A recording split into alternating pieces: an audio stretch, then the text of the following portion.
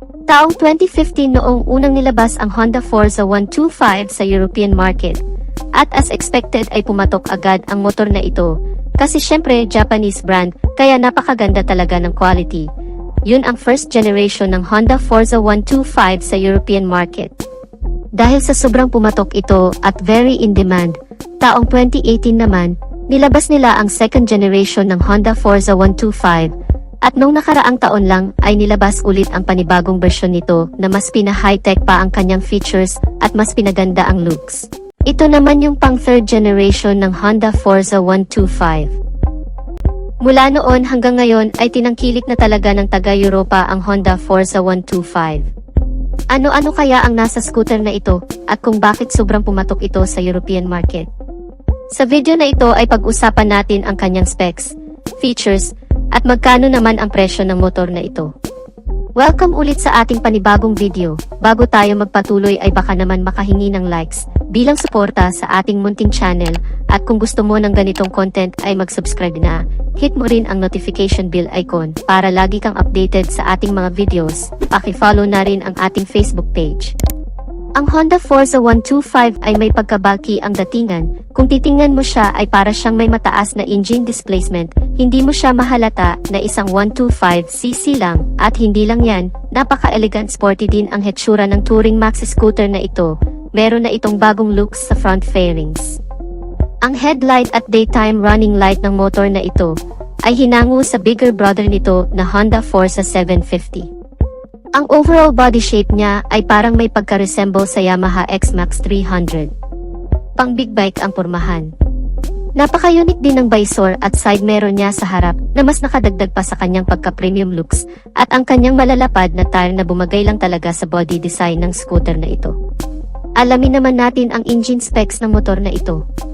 Mayroon itong exact engine displacement na 124.9cc, single cylinder, 4-stroke, single overhead cam, Euro 5 compliant. Ang kagandahan din sa scooter na ito ay naka 4-valve na at naka-liquid cooled naman ang kanyang cooling system. At kung ang ibang scooter ni Honda na under sa 125cc engine displacement ay naka-ESP lang, itong scooter na ito ay naka-ESP Plus na ang ibig sabihin ay mas advanced ang scooter kumpara sa ibang 125cc scooter ng Honda. Ang ESP Plus ay maraming function, ilan sa mga ito ay mas pinapatipid pa nito ang pagkonsumo ng gas, kahit pa sa mas mataas na engine performance, at mas pina-environmental friendly din o hindi siya masyadong harmful sa kalikasan, at kasama na nga sa functions ng ESP Plus ay ang programmable fuel injected na tipid sa gas. Kasama din dyan ang technology na ECG o Alternating Current Generator, na mas pinapatahimik pa ang pag-andar ng makina, na halos wala ka nang maririnig na engine noise.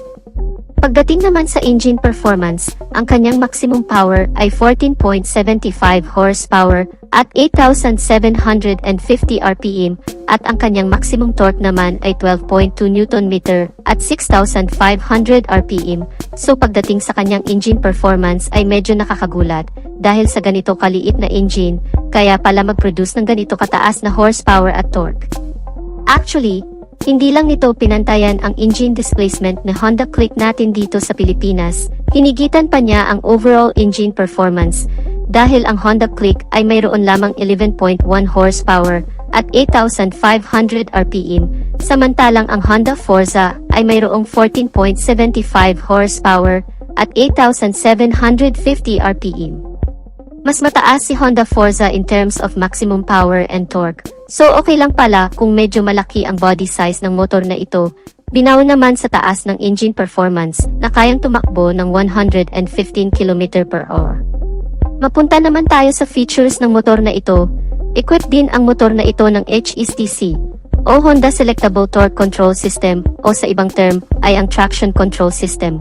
So alam na natin kung ano ang function ng technology na ito. Ito yung technology na kung saan, kapag nakadaan ka sa mabuhangin, matubig, o madulas na kalsada, ay kinokontrol nito ang ikot ng gulong sa likuran, para synchronized pa rin ang ikot sa gulong sa unahan. Sa ganitong paraan, may iwasan ang pagka-lost traction na magresulta sa pagkadulas at pagkadisgrasya. Kapartner din ng system na ito ay ang pagkakaroon ng dual-channel anti-lock braking system, both front and rear brake. ito naman yung nagpe-prevent na mag-lock ang disc brake kung sakaling may bigla ang pagpreno na magre-resulta din sa pagkakadisgrasya. Ang main purpose ng mga features na ito ay for the safety sa ating mga riders. Ang braking system ng motor na ito ay naka-hydraulic single disc brake sa harap at likod. Napaka-high-tech na rin talaga ng scooter na ito dahil mayroon na itong auto-adjustable windshield. Ibig sabihin ay hindi ka na mahihirapang mag-adjust manually dahil isang pindot lang ng buton ay mag-adjust na ng kusa ang windshield, pataas o pababa ng parang sa automatic car. Punta naman tayo sa iba pa niyang mga features. Naka-fully LED na ang lighting system ng scooter na ito, mula sa headlight, turn signal light at brake light. At napakaganda din ng design ng kanyang headlight with daytime running light. Sobrang lakas din ng buga ng ilaw kasi naka-LED. Meron na rin itong hazard lamp at passing light switch. Pagdating naman sa instrument cluster nito, kapansin-pansin na medyo kakaiba ang instrument cluster dahil combination ito ng analog at digital instrument cluster. Ang lawak niyang tingnan at pang-premium talaga ang datingan. Madali mo ring maintindihan ang mga nakapaloob dito, gaya ng fuel, RPM, battery voltmeter, meron ding clock at kung ano-ano pa. Sa sobrang high-tech ng motor na ito, ay para ka na ring nakasakay sa automatic car. Mayroon din itong idling stop and start system na kusang namamatay ang makina kapag nakahinto ng ilang segundo sa traffic light at kusa na ring aandar kapag ipihit na muli ang throttle. At syempre ang pinaka-purpose nito ay para mas makatipid pa sa gas consumption, makapahinga saglit ang makina, at makabawas na rin sa air pollution. Very secured na rin ang scooter na ito dahil syempre hindi makukumpleto kapag wala ang smart key system. Kasama na rin dyan ang answer back system at anti-theft alarm na dagdag din sa security ng scooter. Mayroon din itong front pocket at nakapaloob nito ay ang USB charging port na very useful din kapag nasa long ride ka. Hindi rin mawawala ang side stand cut-off switch. May malawak din itong underseat compartment na kasya ang hindi lang isa kundi dalawang full face na helmet. Sobrang lapad at lawak din ang upuan ng motor na ito. Sabayan din ng napakalawak na apakan. Siguradong komportabling sakyan, hindi lang ng rider, kundi pati na ang pillion rider nito. At kahit pa mag long ride ay hindi ka masyado makakaramdam ng ngalay dahil sa sobrang komportable ang scooter na ito. Kagaya din ng sa Yamaha NMAX, Aerox, at Honda PCX ay napaka-accessible na ang fuel tank ng motor na ito na nasa gitna. And speaking of fuel, mayroon naman itong fuel tank capacity na 11.7 liter. Di hamak na mas malaki pa ang tank capacity nito kumpara sa Honda PCX 160 at ADV 160. So goods na goods ito sa mga mahilig mag long ride dahil sobrang laki ng tangke nito. Advantage kasi ito para hindi ka na masyado mag stop over para magpagas. Ang engine oil capacity ay 0.9 liter. Mayroon naman itong average fuel consumption na 41 kilometers per liter.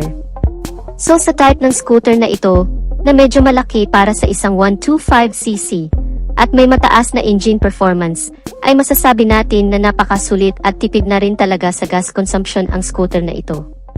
Punta naman tayo sa tire size ng motor na ito. Mayroon itong 120/70R15 sa harap, 140/70R14 naman sa likod. So makapal-kapal din ang gulong ng scooter na ito, bumagay lang din sa body design. Advantage ito dahil mas stable ang riding, lalong-lalo na sa mga cornering dahil napakalakas ang kapit nito at mas stable din ito sa medyo rough road. So pati ang size ng gulong nito ay pang higher CC talaga, pang 300cc na maxi scooter. Proceed na tayo sa suspensions. Ang harap ay naka-telescopic fork at naka-unit swing with dual shock absorber naman sa likod. Body frame is underbond type. Dito naman sa kanyang overall dimensions, meron tayong 1,500mm na height, 2,140mm na length, 755mm na width, curb weight ay 162 kg. Medyo may kabigatan din talaga ang scooter na ito, dahil sa kanyang laki, kapal ng mga fairings at sa mga gulong nito. Good news naman sa kanyang seat height, dahil mayroon itong seat height na 780mm. Anyway, kaya pa itong i-handle ng nasa 5'3" ang height, pasok din ito sa height nating mga Pinoy. Ground clearance ay 145mm, wheelbase ay 1,505mm. Dito naman tayo sa kanyang underseat compartment. Meron itong 48 liters. Sa sobrang laki ng storage nito, ay magkakasya na, hindi lang ang isa, kundi dalawang full face na helmet. Mayroon naman itong 4 na color variation na nilabas sa European market. Ito ay ang Matte Cynos Gray Metallic, Pure Falcon Gray, Matte Pure Pacific Blue, and Matte Carnelian Red Metallic.